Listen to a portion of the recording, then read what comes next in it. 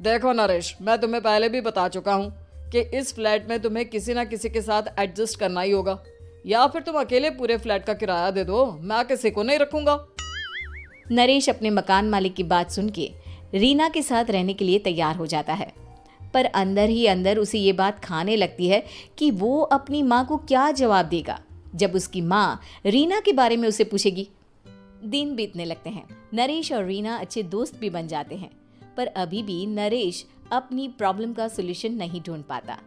एक दिन नरेश बहुत परेशान सा बैठा होता है। तभी रीना उसे पूछती है, क्या हुआ नरेश, तुम काफी परेशान लग रहे हो, सब ठीक तो है ना? हाँ सब ठीक है, बस एक छोटी सी प्रॉब्लम है। वो एक्चुअली 2 दिन बाद मेरी माँ मुझसे मिलने आ रही है। अरे तो इसमें प्रॉब्लम क्या है, ये तो खुशी की बात है। हाँ रीना, बट मेरी माँ एक जिद लेकर बैठ गई है कि मैं शादी कर लूँ, पर मैं अभी इस चीज़ के लिए तैयार नहीं हूँ। ऊपर से जब वो तुम्हें देखेगी तो 100 सवाल करेगी, क्या जवाब दूंगा? अरे इसमें कोई टेंशन वाली बात नहीं है, मेरे पास ना इस प्रॉब्लम का सलूशन है, जिससे ना तुम्हें शादी करनी पड़ेगी और ना ही तुम्हारी माँ मेरे बारे में कुछ पूछेंगी। रीना की बात सुनकर नरेश सोच में डूब जाता है। वो सोचता है कि रीना खुले ख्यालों वाली लड़की है, कहीं माँ को सच बता ना दे। नरेश को सोच में डूबा देखकर रीना कहती है, अरे क्या हुआ, किस सोच में पड़ गए? डोंट वरी, जैसा तुम सोच रहे हो ना वैसे कुछ भी नहीं है, मेरे पास एक प्लान है। मैं कुछ समझ नहीं पा रहा हूँ, कैसा प्लान? मैं समझाती हूँ। हम ना एक कॉन्ट्रैक्ट मैरिज कर लेते हैं। फिलहाल मेरे पास जॉब नहीं है, तो तुम इस रूम का किराया दे देना जब तक तुम्हारी माँ यहाँ रहेंगी, सिर्फ तब तक। और तुम अपनी माँ से कह देना कि मैं तुम्हारी पत्नी हूँ, इससे वो मेरे यहाँ रहने पर कोई सवाल भी नहीं करेंगी। अरे बात तुम्हारी ठीक है, पर माँ से झूठ बोलना, ना ना पापा, मैं ये रिस्क नहीं ले सकता। कोई और आइडिया दो ना तुम। देखो मंजूर हो तो बोलो, वरना सच बता दो, मुझे कोई प्रॉब्लम नहीं है। रीना की बात सुनकर नरेश सोच में डूब जाता है। बहुत सोचने के बाद जब उसे कोई रास्ता नहीं मिलता तो वो रीना के बताए हुए रास्ते पर चलने के लिए तैयार हो जाता है। वो रीना से बात करता है और अपनी माँ की पसंद और नापसंद के बारे में बताता है। रीना भी नरेश की सभी बातों को ध्यान से सुनती है ताकि कहीं उससे कोई गलती ना हो जाए। आखिर वो दिन भी आ जाता है जब नरेश की माँ उससे मिलने दिल्ली आ जाती है। नरेश अपनी माँ को फ्लैट पर लेकर जाता है। जैसे ही नरेश की माँ फ्लैट के अंदर जाती है, रीना उसके पैर छू लेती है।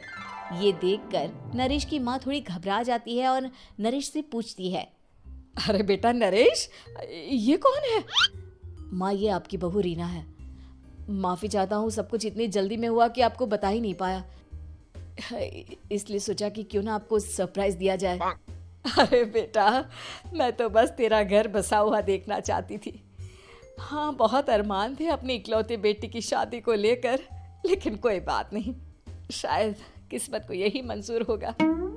ये कहते ही नरेश की माँ रीना को गले लगा लेती है।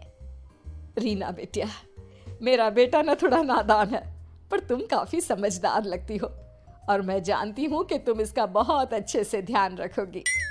माँ आप चिंता मत कीजिए, मैं सब संभाल लूंगी। नरेश की माँ अपने बहू और बेटे के साथ खुशी खुशी रहने लगती है। दिन बीतने लगते हैं।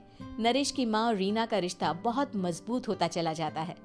वो दोनों सारा दिन एक साथ रहती और खूब बातें करती।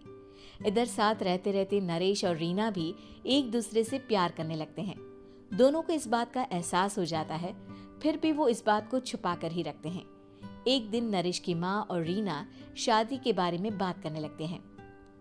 रीना बिटिया, ये तो नरेश ने मुझे बिना बताए शादी कर ली, वरना मैं तो अपनी इकलौती बेटी की शादी इतनी धूमधाम से करती कि सारी दुनिया देखती रह जाती। अच्छा माँ, आप ऐसा भी क्या करती नरेश और मेरी शादी में जो दुनिया देखती रह जाती? अरे बिटिया, एक माँ के अरमान तुम अभी नहीं समझोगी। मैं तो अपनी बहू को एक रानी की तरह लेकर आती और शादी भी बिल्कुल शाही अंदाज में करती, पर मेरे तो सारे अरमान ऐसे ही रह गए। खैर, मुझे तो अपने बेटे और बहू की खुशी चाहिए बस। ये कहते हुए नरेश की माँ की आंखों में आंसू आ जाते हैं। रीना भी ये सुनकर ख्यालों में खो जाती है, क्योंकि वो भी मन ही मन खुद को नरेश की पत्नी और उसकी माँ की बहू मानने लगी थी। शाम को जब नरेश ऑफिस से घर आता है तो रीना खुद को रोक नहीं पाती और नरेश के सामने उसकी माँ को अपने और नरेश के रिश्ते का सारा सच बता देती है। रीना की बात सुनकर नरेश की माँ दोनों से बहुत नाराज हो जाती है और घर वापस जाने की बात करने लगती है। तुम दोनों ने मुझसे सच छुपाकर बहुत ठेस पहुंचाई है मुझे। अब तुम लोगों के साथ नहीं रहना चाहती मैं। कल ही वापस चली जाऊंगी अपने घर। माँ मुझे माफ कर दो, ये सब मैंने रीना के कहने पर ही किया है, वरना मैं भी आपको कभी ठेस पहुंचाने के बारे में सोच भी नहीं सकता। हाँ माँ, हमने ये सिर्फ आपका दिल रखने के लिए किया, प्लीज हम दोनों को माफ कर दीजिए। तुम दोनों ने मेरे अरमानों के साथ खिलवाड़ किया है, और वैसे भी मुझे अपने बेटे के लिए एक अच्छी लड़की ढूंढनी है, इसलिए मेरा यहाँ से जाना ही बेहतर होगा। माँ की ये बात सुनकर रीना खुद को रोक नहीं पाती। माँ, क्या मैं आपके घर की बहू बनने लायक नहीं हूँ? रीना की बात सुनकर नरेश हैरान रह जाता है। नरेश की माँ भी कुछ समझ नहीं पाती। मैं कुछ समझी नहीं, आखिर तुम कहना क्या चाहती हो? माँ, मैं वो नरेश से बहुत प्यार करती हूँ और साथ ही साथ मैं आपको भी अपनी माँ मान बैठी हूँ। आज जब आपकी बातें सुनी तो खुद को रोक नहीं पाई, इसलिए सारा सच आपको बता दिया। रीना की बात सुनकर नरेश की माँ की आंखों में आंसू आ जाते हैं और वो अपने बेटे नरेश और रीना को गले लगा लेती है।